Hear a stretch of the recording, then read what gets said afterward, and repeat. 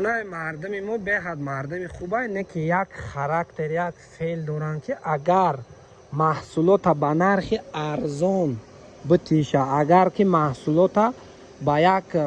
گویم که صفت بلند نرخ ارزان انتیشه، اگر فهمه که همین محصولات استحصالی خودت نیست، ای خودت برا نمیخره. به همین خاطر من به یک خلاصه اومدم که همین محصولات هایی که برای مردم ضروره و همین را به یک مبلغ کم، به یک سرمایه گذاری کم همین را سیخ استحصالیش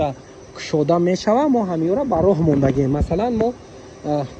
سیخی مایده استحصال قبورهای پلاستیکی داریم که در اون ما قبورهای پلاستیکی را ای رزمری 15 میلیمتر تا رزمری 90 میلیمتر خودمون مثلا میتونیم تیار کنیم. تلشینهاش مثال ای تلشین 1.8 میلیمتر سر میشوه